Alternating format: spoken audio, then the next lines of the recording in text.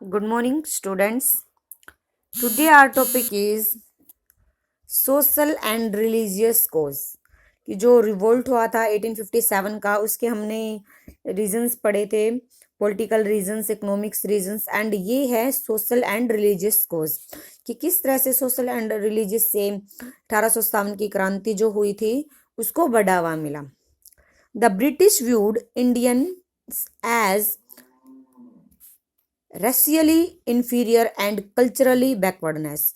जो ब्रिटिश लोग थे वो समझते थे जो इंडियन लोग हैं वो क्या है, रेशियली मीन्स जातीय रूप से क्या है, पिछड़े हुए हैं, घटिया हैं, एंड कल्चरली बैकवर्ड, उनका कल्चर कैसा है, बैकवर्ड है.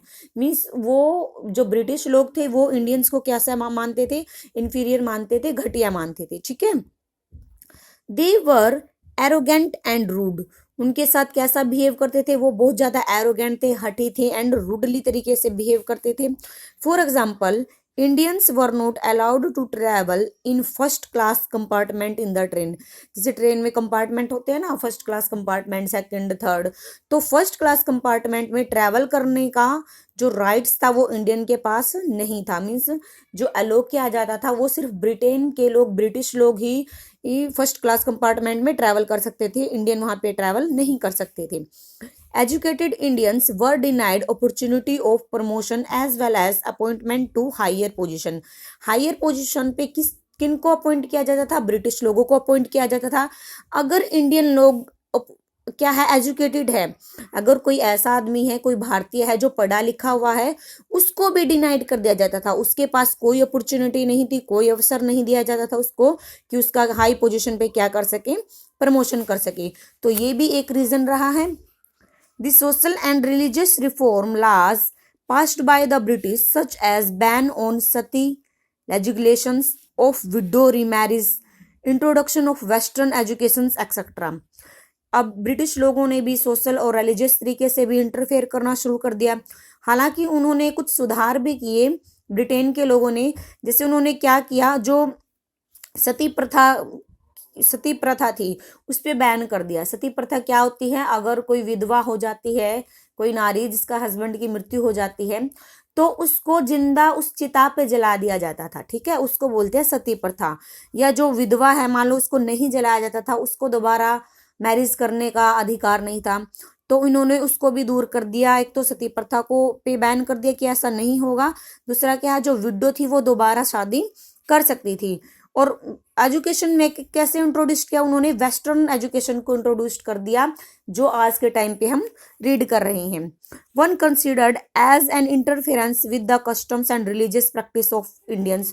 तो इन सभी से क्या लगता है कि इंडियन की जो रिलीजियस थी, जो एजुकेशन सिस्टम था, जो सोशली काम थे उनके, उनमें ब्रिटेन के लोगों ने इंटरफेरेंस करना शुरू कर दिया और ये इंडियंस को पसंद नहीं था. The Christian missionaries began to convert many Hindus and Muslims to Christianity. Indians felt that their religion was in danger. जो ब्रिटेन के लोगों थे उन्होंने क्या करना शुरू कर दिया, उन्होंने क्रिश्चियन मशीनरी शुरू कर दी. मीन्स हिंदू और मुस्लिम लोगों को जबरदस्ती उनका धर्म चेंज कर दिया जाता था, उनका धर्म परिवर्तन किया जाता था, उनको क्रिश्चियनिटी बनाया गया था. इससे इंडियंस को यह महसूस होने लगा, अपने धर्म का खतरा महसूस होने लगा. इन 1950 a new law was passed to make conversions to Christianity easier. This law allowed an Indian who had converted to Christianity to inherit in the property of his ancestors. 1950 में उन्होंने लॉ पास कर दिया, अगर कोई अपने धर्म को चेंज करता है उसी को ही अपने पिता की संपत्ति में क्या कर दिया जाएगा, अधिकार दिया जाएगा. मीन्स ऐसा होता है ना कि पिता की संपत्ति पर पुत्र का अधिकार होता है. इन्होंने ये बोल दिया, अगर आप हिंदू या मुस्लिम से चेंज होकर के क्रिश्चियन बन जाओगे तो ही आपको अपने पिता की संपत्ति मिलेगी, नहीं तो कहाँ पे चली जाएगी, वो ब्रिटेन के लोगों के पास चली जाएगी.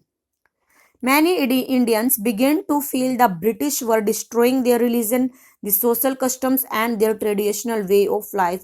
इस तरह से बहुत सारे इंडियंसों को यह महसूस होने लगा, यह लगने लगा कि इन्होंने हमारे कस्टम्स के अंदर, सोशल कस्टम के अंदर, ट्रेडिशनल जो हमारा लाइफस्टाइल है उसको क्या है, धीरे धीरे डिस्ट्रॉय करने की ये लोग क्या कर रहे हैं, कोशिश कर रहे हैं।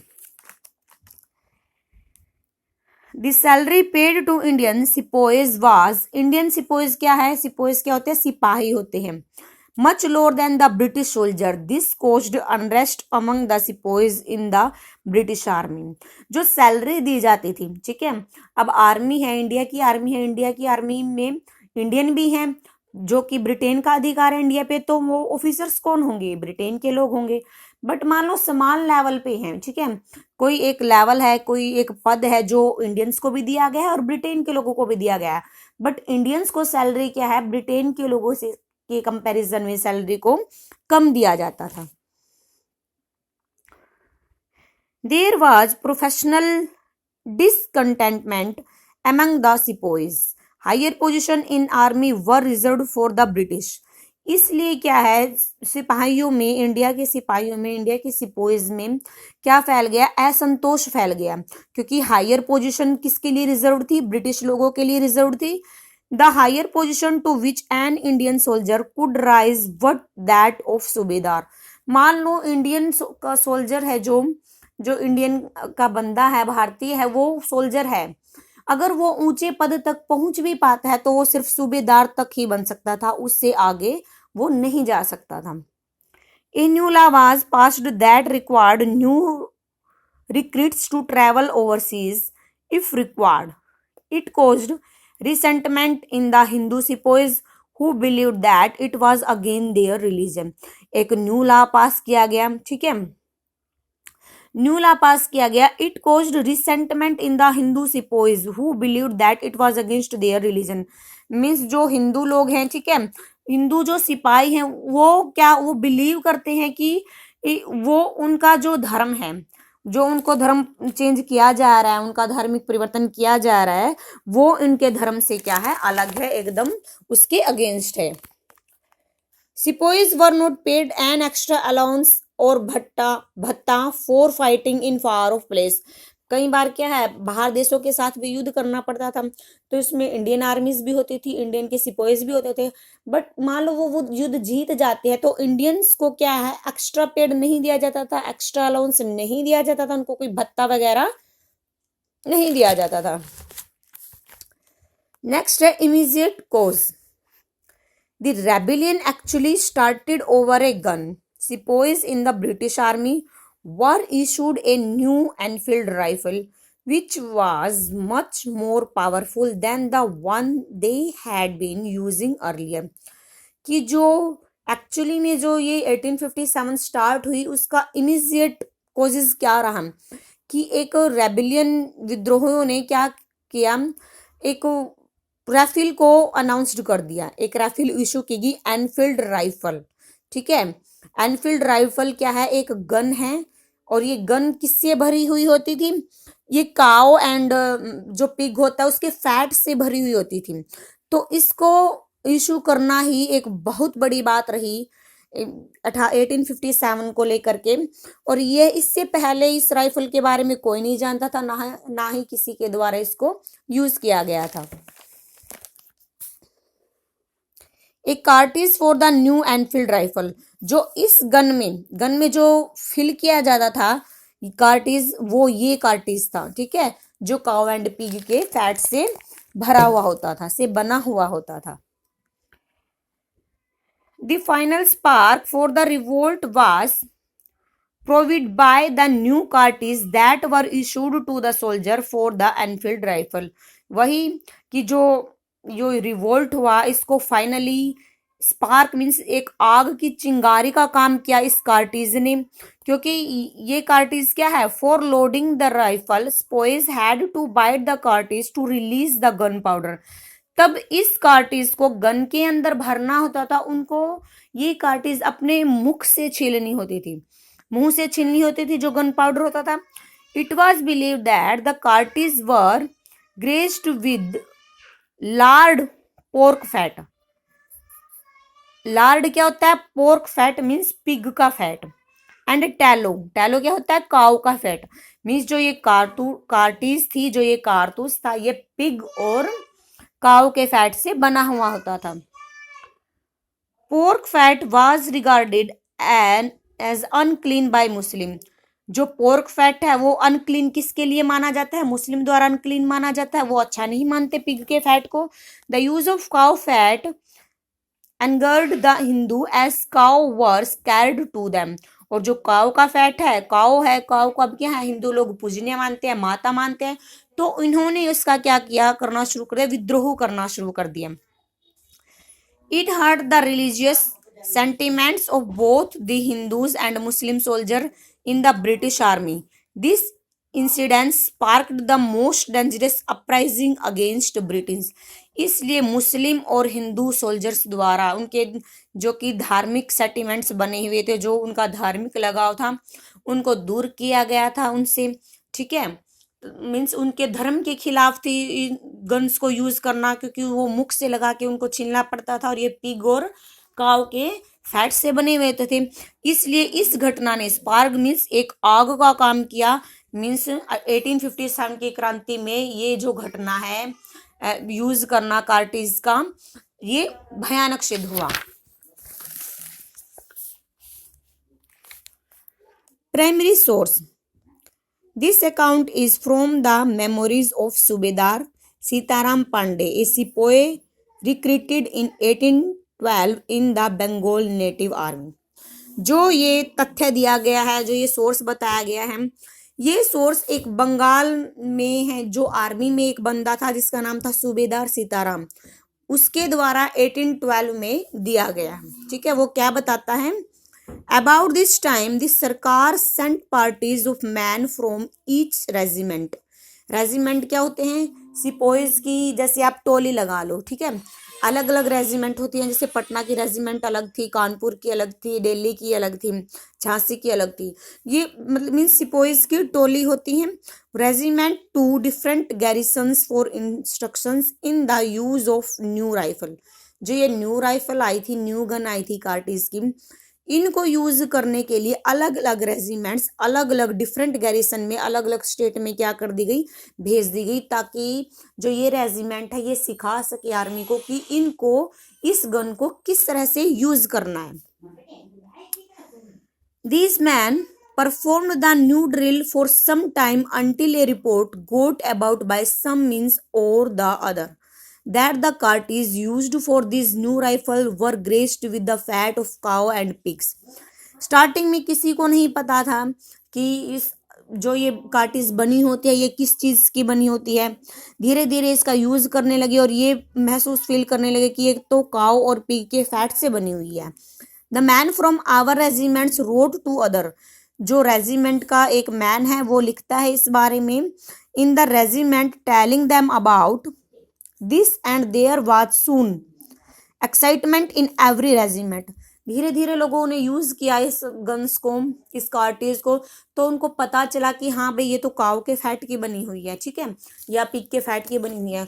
तो उन्होंने इस इंफॉर्मेशन ने क्या कर दी, रेजिमेंट में क्या करनी शुरू कर दी, एक्साइटमेंट करनी शुरू कर दी। मीन्स रेजिमेंट में क्या मच गई, हलचल मच गई।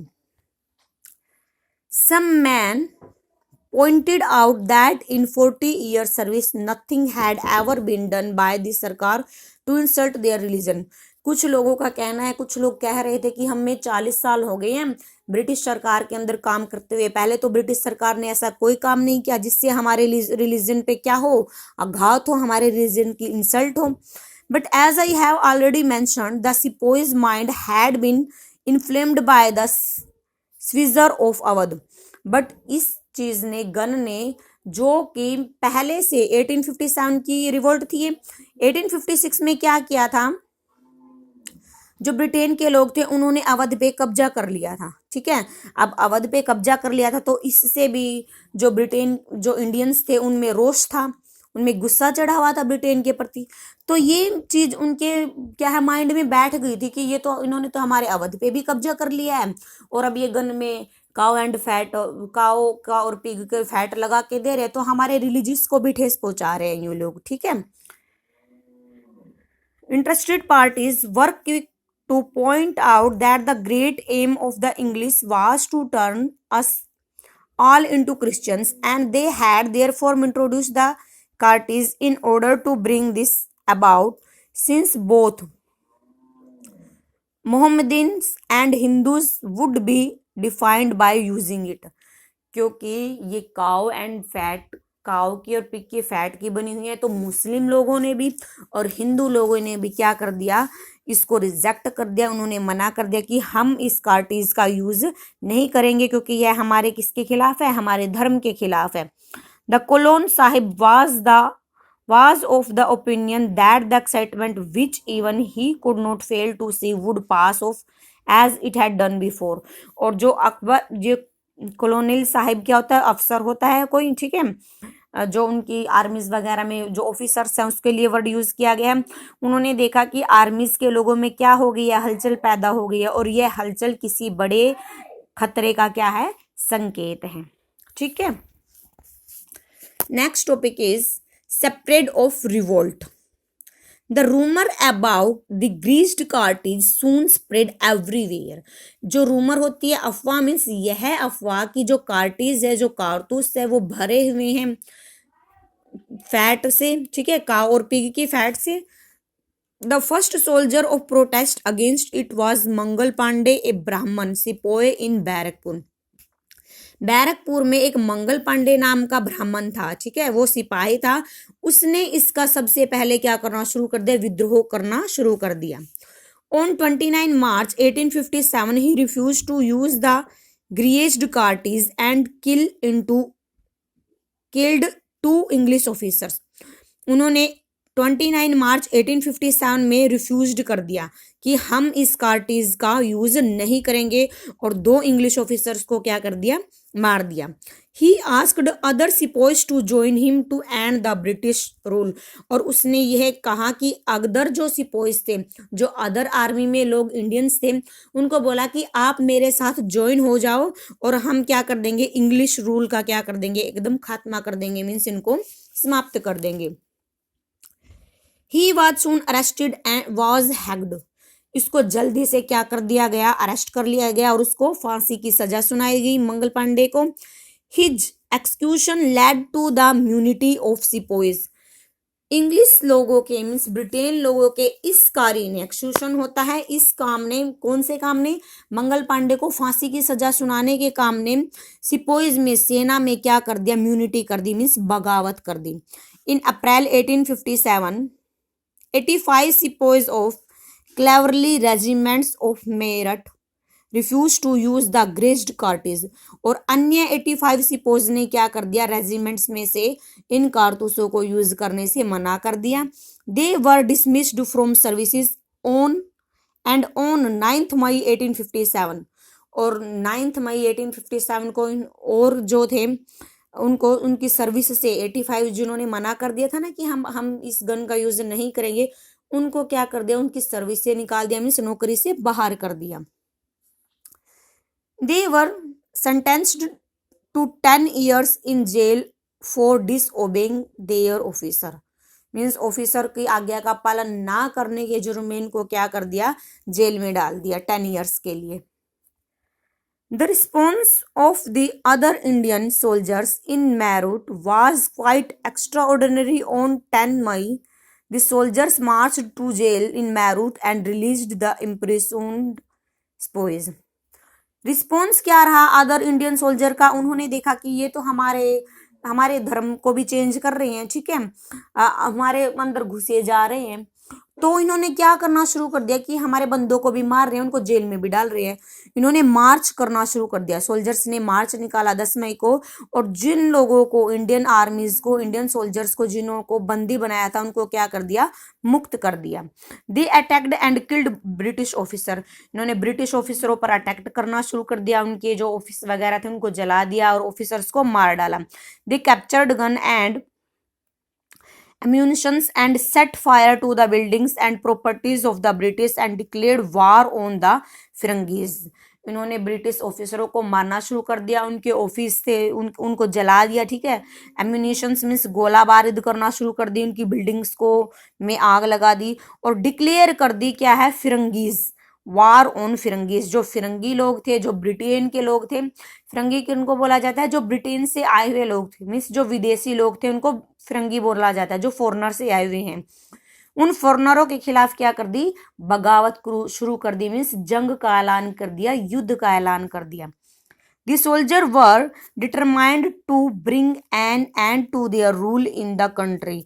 सोल्जरों ने यह निश्चय कर लिया कि अब हमें अपने देश से जो सोल्जर्स हैं, जो फिरंगीज हैं, उनको बाहर करना है। They march to Delhi and proclaimed the old Mughal emperor Bahadur Shah Zafar as the emperor of India. उन्होंने दिल्ली में मार्च निकाला और दिल्ली में जो पहले मुगल बहादुर शाह जफर था उसको क्या बना दिया, दिल्ली के सुल्तान बनाने की घोषणा कर दी। ठीक है, आज के लिए इतना ही। ओके।